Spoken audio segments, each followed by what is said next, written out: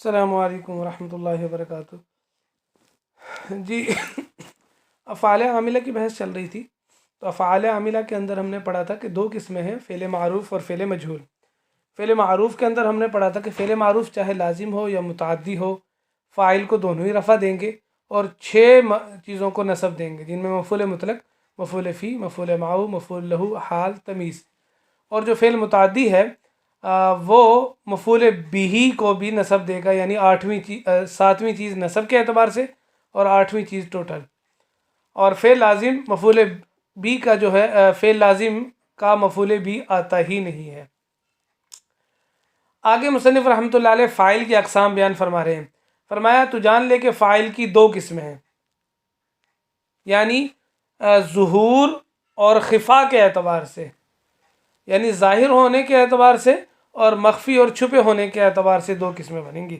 تو فرمایا 2 قسمیں، ایک ہے مظہر، جیسے یعنی جو ظاہر ہو، جیسے ضرب زید، ضرب زید، ضرب فعل، زید اس کا فاعل، یہ فاعل ظاہر ہے۔ دوسرا فاعل ہے مضمر، بارز، مضمر، ٹھیک ہے جی۔ اب یہاں مصنف نے تقسیم نہیں کی، لیکن حقیقت 2 تقسیمیں ہو گئی ہیں خود۔ مضمر جب فاعل ضمیر ہوگا، یعنی اس میں ظاہر نہیں ہوگا، لفظوں میں نظر آ نہیں رہا ہوگا، بلکہ لفظوں میں یعنی اسم نہیں ہوگا، تو پھر وہ ضمیر ہوگا۔ 2 ہی صورتیں فاعل کی، فاعل یا تو اسم ہوگا یا ضمیر ہوگی۔ اگر اسم ہوگا تو اس کا بتا دیا، ایک ہی صورت ہے، اسم ہوگا تو ہمیشہ ظاہر ہوگا، لفظوں کے اندر آئے گا۔ اور اگر ضمیر ہوگی تو ضمیر 2 طرح کی ہوتی ہے، ایک ضمیر ہوگی جو نظر آئے گی، دوسری ضمیر ہوگی جو چھپی ہوئی ہوگی، نظر نہیں آئے گی۔ تو اس اعتبار سے فاعل کی قسمیں اگر ہم کریں تو 3 بن جاتی ہیں، اور لیکن مصنف نے 2 کی، کیونکہ ایک فاعل ظاہر ہے جو اسم ہوگا، اور ایک ضمیر ہے، دوسری قسم یہ بنا دی۔ لیکن ضمیر کی پھر 2 قسمیں بن جاتی ہیں، ایک ضمیر چھپی ہوئی ہوتی ہے، ایک ضمیر ظاہر ہوتی ہے۔ ضمیر بارز یعنی جو ظاہر ہو، بارز ظاہر کو، جیسے ضربت، تو تو جو ضمیر ہے یہ فاعل ہے۔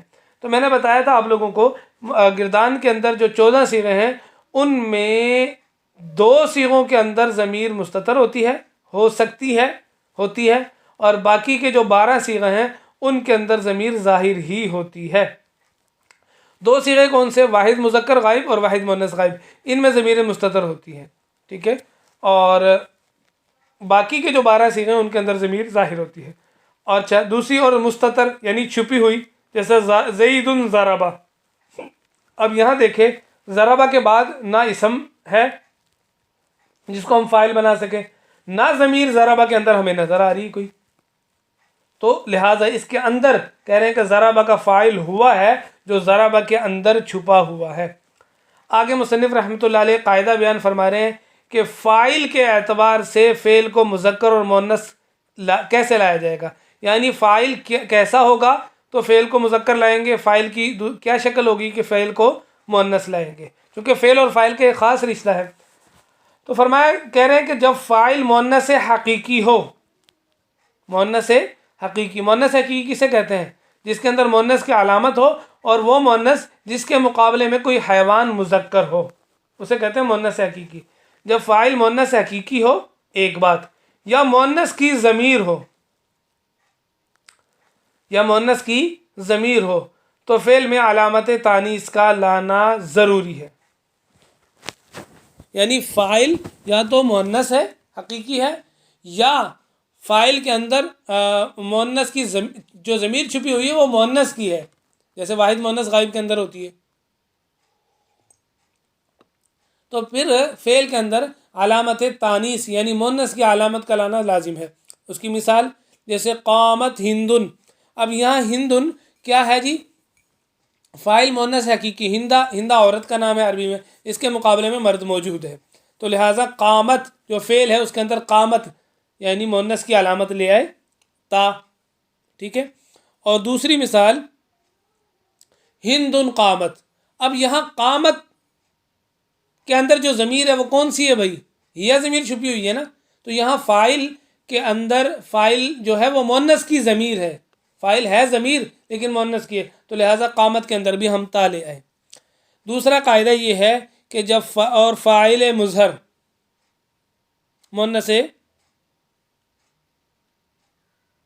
مؤنث غیر حقیقی، یعنی فاعل ظاہر ہو اسم ہو لیکن اور مؤنث بھی ہو لیکن غیر حقیقی ہو. غیر حقیقی کا مطلب کہ اس کے مقابلے میں کوئی حیوان مذکر نہ ہو، ایک صورت.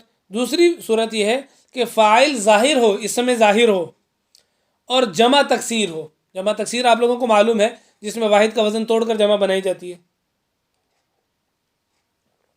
ٹھیک ہے، تو کہہ رہے ہیں کہ اگر ایسا ہوگا فاعل تو پھر فعل دونوں طرح لانا جائز ہے. مذکر بھی لا سکتے ہیں، مؤنث بھی لا سکتے ہیں. جیسے طلع الشمس.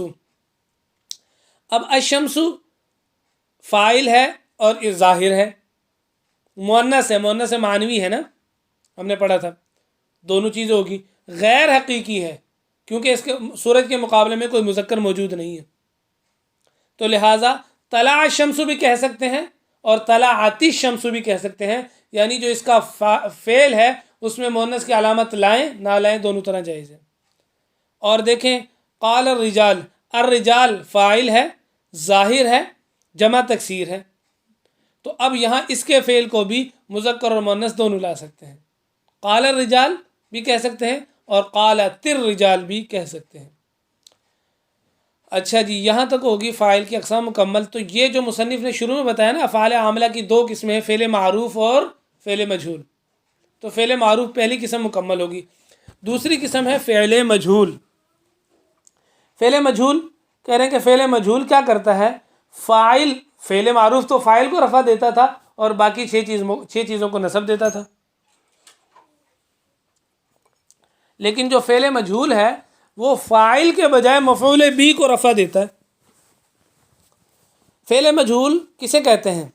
آپ نے پڑھا ماضی مجہول کی تعریف پڑھی نا، جس کا کرنے والا معلوم نہ ہو. تو فعل مجہول کا کرنے والا معلوم نہیں ہوتا. تو لہٰذا جب اس کا فاعل معلوم ہی نہیں ہے تو فاعل کہاں سے ہوگا؟ ہوگا ہی نہیں. کوئی چیز معلوم ہوگی تو وہ وجود میں آئے گی نا، جو معلوم ہی نہیں ہوگی تو وہ کہاں سے آئے گی؟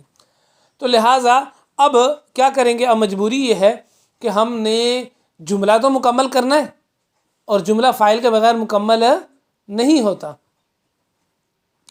جملہ فاعل کے بغیر مکمل نہیں ہوتا. لہٰذا ہم مفعول کو فاعل کی جگہ پر رکھیں گے مجبوری میں. اب جب وہ اس کی جگہ پر آ گیا تو فاعل کا اعراب پیش ہے، تو لہٰذا مفعول، حالانکہ مفعول کا اعراب نصب ہے، لیکن اس کو جب ہم اٹھا کر فاعل کی جگہ پر لائے تو اچھا، تو لہٰذا ہم اس کو فاعل کا اعراب دے دیں گے. ہم اس کو فاعل کا اعراب دے دیں گے. ٹھیک ہے جی. اور لیکن اس کو نام فاعل کا نہیں دیا جائے گا، اس کو نائب فاعل کہا جائے گا. اس کو کیا کہا جائے گا؟ نائب فاعل کہا جائے گا. ٹھیک ہے. اور عربی میں اس کو کہتے ہیں مفعول ما لم یسمى فاعلہ، فعل ما لم یسمى فاعلہ. ٹھیک ہے. اچھا جی، کہہ رہے ہیں کہ دیکھیں فعل مجہول تو جان لے کے فعل مجہول فاعل کے بجائے مفعول بھی کو رفع دیتا ہے اور باقی کو نصب دیتا ہے. باقی جو 6 چیزیں ہیں جن کو فعل معروف نصب دیتا تھا، ان کو وہ بھی نصب دے گا. ٹھیک ہے جی. جیسے ضرب زید، زید مارا گیا. اب دیکھیں جس کو مارا جاتا ہے وہ مفعول ہوتا ہے نا، جس کو مارا جاتا ہے وہ مفعول ہوتا ہے. ٹھیک ہے جی. تو لیکن اب اس کو منصوب ہونا چاہیے تھا. اس کو کیا ہونا چاہیے تھا؟ منصوب ہونا چاہیے تھا. تو اب لیکن اس کو چونکہ نائب فاعل بنایا اس لیے اس کو ہم نے پیش دے دیا. تو ضرب زید، زید مارا گیا. ٹھیک ہے. تو یہاں کہیں گے ضرب فعل، زید اس کا نائب فاعل. مصنف نے ساری مثالوں کو اکٹھا کر دیا. یوم الجمعتی یہ مفعول فی کی مثال دے دی. امام الامیر مفعول فی مکان کی دے دی، یوم الجمعہ زمان کی. ضرباً شدیداً مفعول مطلق کی. فی دارہ متعلق ہے. تعدیباً مفعول لہو کی. والخشبۃ مفعول معہ کی. کہہ رہے ہیں فعل مجہول کو فعل ما لم یسمى فاعل کہتے ہیں اور اس کے مرفوع کو مفعول ما لم یسمى فاعل کہتے ہیں. اچھا، جہاں ہم نے پیچھے پڑھی تھی کہ فاعل کی 2 قسمیں ہیں، معروف اور مجہول، وہیں ہم نے یہ بھی پڑھا تھا کہ 2 قسمیں اس اعتبار سے بھی ہیں کہ لازم اور متعدی. لازم اور متعدی. تو کہہ رہے ہیں کہ فعل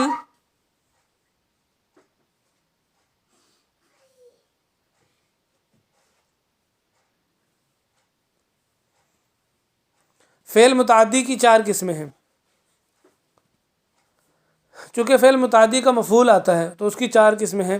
پہلی قسم یہ ہے ایک مفعول کی طرف متعدی ہو، جیسے ضرب زید عمرن، یہاں عمرن ایک مفعول ہے.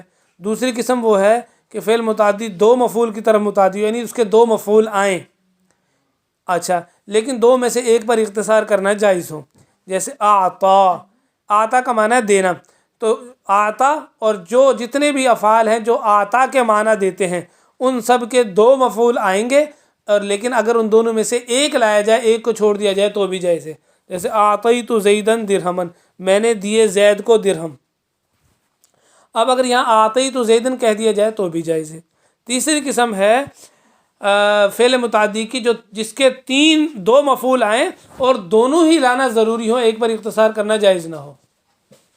ایک پر اختصار کرنا جائز نہ ہو.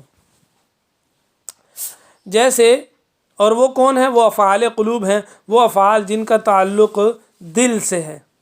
جیسے علمت، ظننت، حسبت، خلت، زعمت، رأیت، وجدت.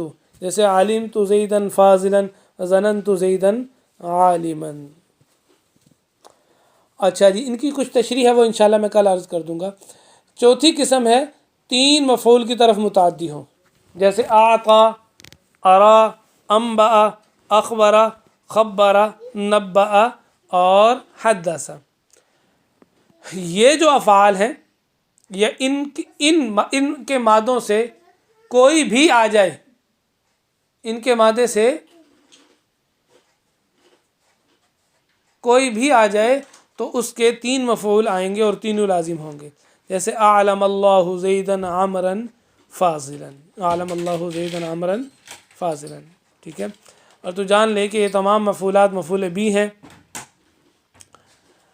چلیں، یہ مفعول بھی ہیں، بالکل ٹھیک ہے. یعنی ان میں مفعول ماؤ لہو وغیرہ نہیں ہے. یہ 3 یہ جو بتائی ہے 2 آئیں گے، ایک آئے گا، 2 لازم ہوں گے، ایک لازم ہوگا، دونوں ہی لازم ہوں گے، یا ایک لا سکتے ہیں، یا 3 آئیں گے. یہ سارے مفعول بھی کی بات ہو رہی ہے، کسی اور مفعول کی بات نہیں ہو رہی. لیکن آگے مصنف رحمۃ اللہ علیہ قاعدہ بتا رہے ہیں کہ علمت کے باب میں، یعنی تیسری قسم کے اندر، سوم میں، ٹھیک ہے، اور عالمت چوتھی قسم کے اندر، ٹھیک ہے، ان 2 قسموں کے اندر جو علمت کا باب ہے تیسری قسم، اس میں اس کا جو تیسرا مفعول ہوتا ہے، اور عالمت میں نہیں، سوری، اس کا تیسرا ہوتا ہی نہیں ہے. تیسری قسم کے اندر دوسرا مفعول، تیسری قسم کا دوسرا مفعول، اور چوتھی قسم کا تیسرا مفعول. اسی طرح ترتیب سے جائے، تیسری کا دوسرا اور چوتھی کا تیسرا. ان